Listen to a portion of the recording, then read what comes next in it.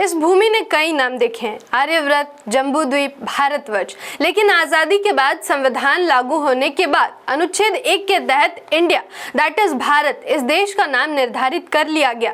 फिर भी कुछ बदमाश किस्म के और तो और कुछ लोग जाने अनजाने में हिंदुस्तान कहते हुए देखे जा रहे हैं। क्या ये संवैधानिक है? आजादी के बाद जब भारतीय संविधान लागू हुआ तो अनुच्छेद 1 में स्पष्ट कर दिया गया कि देश का नाम होगा इंडिया दैट इज भारत, यानी अब देश की आधिकारिक पहचान केवल दो है, भारत या फिर इंडिया। इसके बावजूद कई बार सार्वजनिक मंचों, मीडिया और यहाँ तक कि कुछ आधिकारिक संदर्भों में भी हिंदुस्तान शब्द का प्रयोग हो रहा है, जो संविधान में कहीं भी दर्ज नहीं है। भारत के इतने सारे नाम बदलने के पीछे आखिर वजह क्या है? क्यों आज भी भारत की जगह हिंदुस्तान शब्द का प्रयोग किया जाता है? आजादी के 79 साल बाद भी क्या संविधान पूरी तरह से लागू हो पाया है? सवाल कई सारे हैं जो आज इस विश्लेषण के माध्यम से हम इनके जवाब समझने का प्रयास करेंगे।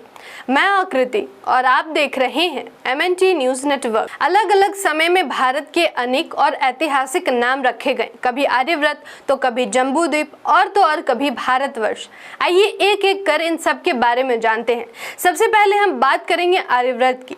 इतिहास के हिसाब से आर्यव्रत नाम भारत को इसलिए दिया गया क्योंकि वैदिक काल कहे जाने वाले समय में आर्य विदेशियों का प्रभुत्व रहा और आर्यों ने इसे आर्यों की भूमि कहा। संस्कृत में आर्य का अर्थ है श्रेष्ठ, सभ्य या विद्वान व्यक्ति और आवर्त का अर्थ निवास स्थान लिखा गया। प्राचीन ग्रंथों जैसे मनुस्मृति और महाभारत में आर्यव्रत को वह क्षेत्र बताया गया है जो उत्तर में हिमालय और दक्षिण में विंध्य पर्वत तक फैला हुआ था।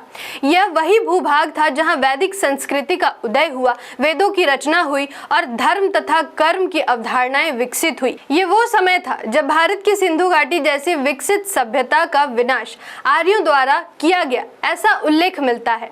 उसके बाद जम्बूद्वीप भारत का एक प्राचीन नाम है जिसका अर्थ है जम्बू वृक्ष, रोज एप्पल ट्री वाला द्वीप। यह नाम पुराणों और बौद्ध ग्रंथों में बार बार मिलता है। प्राचीन भारतीय भूगोल में पृथ्वी को कई द्वीपों या खंडों में विभाजित माना गया था, जिनमें से जम्बूद्वीप सबसे बड़ा और महत्वपूर्ण माना जाता था। इसे कभी पूरे भारतीय उपमहाद्वीपों के लिए प्रयोग किया गया। जम्बू वृक्ष का उल्लेख समृद्धि, दीर्घायु और आध्यात्मिक महत्व के प्रतीक के रूप में किया गया था, इसलिए यह नाम भारत की सांस्कृतिक और धार्मिक धरोहर को दर्शाता है। सम्राट अशोक के संदर्भ में भी जम्बूद्वीप का उल्लेख विशेष महत्व रखता है। मौर्य वंश के इस महान सम्राट ने अपने साम्राज्य का विस्तार इतना व्यापक किया था कि प्राचीन ग्रंथों में इसे जम्बूद्वीप का अधिकांश भाग कहा गया। कलिंग युद्ध के बाद जब अशोक ने बौद्ध धर्म अपनाया और धर्म विजय को प्राथमिकता दी तो उन्होंने अपने शिलालेखों और अभिलेखों में जम्बूद्वीप शब्द का प्रयोग किया। इन अभिलेखों में उन्होंने लिखा कि उनके शासनकाल में जम्बूद्वीप के लोग अहिंसा, सत्य और करुणा के मार्ग पर चले। अशोक ने न केवल अपने साम्राज्य में बल्कि पूरे जम्बूद्वीप में धर्म प्रसार के लिए स्तूप, विहार और अशोक स्तंभ स्थापित किए। इस प्रकार जम्बूद्वीप अशोक की उस दृष्टि का प्रतीक था जिसमें पूरा भारतीय उपमहाद्वीप एक सांस्कृतिक और नैतिक एकता के रूप में देखा जाता था। ये तो हो गई 1500 से 500 ईसा पूर्व की बात। अब हम बात करेंगे कि हिंदू शब्द की उत्पत्ति कैसे हुई। क्या आप जानते हैं कि हिंदू शब्द की जड़ें धर्म से नहीं बल्कि भूगोल से जुड़ी हैं। प्राचीन वैदिक काल में सिंधु नदी के किनारे रहने वाले लोगों को कहा जाता था सिंधु, लेकिन करीब 6वीं शताब्दी ईसा पूर्व जब फारसी इस क्षेत्र में आए तो स का उच्चारण न कर पाने की वजह से उन्होंने इसे हिंदू कहा। यूनानियों ने इसे इंदोई नाम दिया। वहीं अरब और तुर्क आक्रमणकारियों ने हिंद और हिंदुस्तान शब्दों का इस्तेमाल किया। मध्यकाल में भारत में यह शब्द एक सांस्कृतिक और भौगोलिक पहचान बन गया, लेकिन धार्मिक पहचान के रूप में हिंदू धर्म की अवधारणा 19वीं शताब्दी में ब्रिटिश शासन के दौरान सामने आई। यानी आजादी से पहले हिंदू का अर्थ था इस भूमि के निवासी, न कि सिर्फ किसी धर्म के अनुयायी। भारत को आजादी मिलने के बाद हिंदुस्तान शब्द को मान्यता दिलाने के लिए संघर्ष जोरों शोरों पर था और 1947 के बाद हिंदुस्तान शब्द ने एक नई दिशा ली। स्वतंत्रता प्राप्ति के समय यह बहस का विषय था कि भारत की राष्ट्रीय भाषा क्या होगी।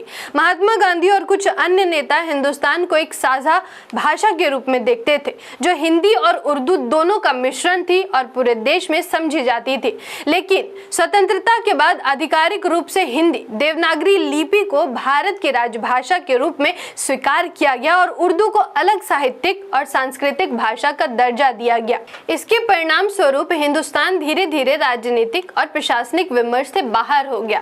विधानसभा की बहसों में कई सदस्यों ने हिंदुस्तान शब्द को देश के नाम के रूप में शामिल करने का समर्थन किया। एच.वी. कामथ ने प्रस्ताव रखा कि अनुच्छेद 1 को इस तरह लिखा जाए कि इसमें हिंदुस्तान का भी उल्लेख हो, ताकि नामकरण समारोह ऐतिहासिक और सांस्कृतिक रूप से संतुलित दिखे। सेठ गोविंद दास ने तर्क दिया कि हिंदुस्तान भारत की सांस्कृतिक और ऐतिहासिक पहचान को दर्शाता है, जबकि इंडिया यूनानी प्रभाव से आया है। जिस पर बाबा साहब, जो संविधान सभा की ड्राफ्टिंग कमेटी के अध्यक्ष थे, उन्होंने देश के नाम को लेकर अंतिम निर्णय में अहम भूमिका निभाई। उनका मानना था कि ऐसा नाम चुना जाना चाहिए जो पूरे राष्ट्र की सांस्कृतिक विविधता, भाषा विविधता और धार्मिक सहिष्णुता को दर्शाए, न कि केवल किसी एक क्षेत्र या धर्म से जुड़ा हो। हिंदुस्तान शब्द धार्मिक और भौगोलिक सीमाओं से बंधा था और मुख्य रूप से उत्तर भारत की पहचान के रूप में देखा जाता था। बाबा साहब ने प्रस्ताव रखा कि संविधान में ऐसा नाम होना चाहिए जो अंतर्राष्ट्रीय स्तर पर मान्यता प्राप्त हो और साथ ही भारत की ऐतिहासिक जड़ों से भी जुड़ा हो। इसलिए अनुच्छेद 1 में लिखा गया, India that is Bharat shall be a union of states. यह निर्णय बाबा साहब की दूरदृष्टि को दर्शाता है, जिन्होंने देश के नाम को किसी एक पहचान तक सीमित न रखकर उसे सर्वसमावेशी और आधुनिक स्वरूप दिया, जिसके बाद सारी जानकारी भारतीय संविधान के अनुच्छेद 1 में दे दी गई। संविधान का अनुच्छेद 1 कहता है, India that is Bharat shall be a union of states, यानी देश का आधिकारिक नाम केवल इंडिया और भारत है।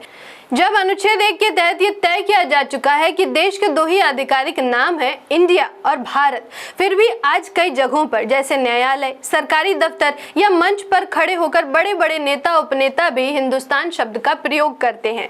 हाल ही में झारखंड के हाईकोर्ट से एक वीडियो सामने आया, जहां एक केस की सुनवाई के दौरान एक IPS अफसर को फटकार लगाते हुए जज बार बार भारत की जगह हिंदुस्तान शब्द, जो कि एक गैर संवैधानिक शब्द है, उसका प्रयोग कर रहे थे, जबकि उन्हें यह पता है कि हिंदुस्तान शब्द का प्रयोग गैर संवैधानिक है। बैठे हुए हैं, क्या है पूरा हिंदुस्तान में एक कानून चलता है कि झारखंड में अलग कानून चलता है, पूरा हिंदुस्तान में एक कानून चलता है कि झारखंड में अलग कानून चलता है। Who are you to object?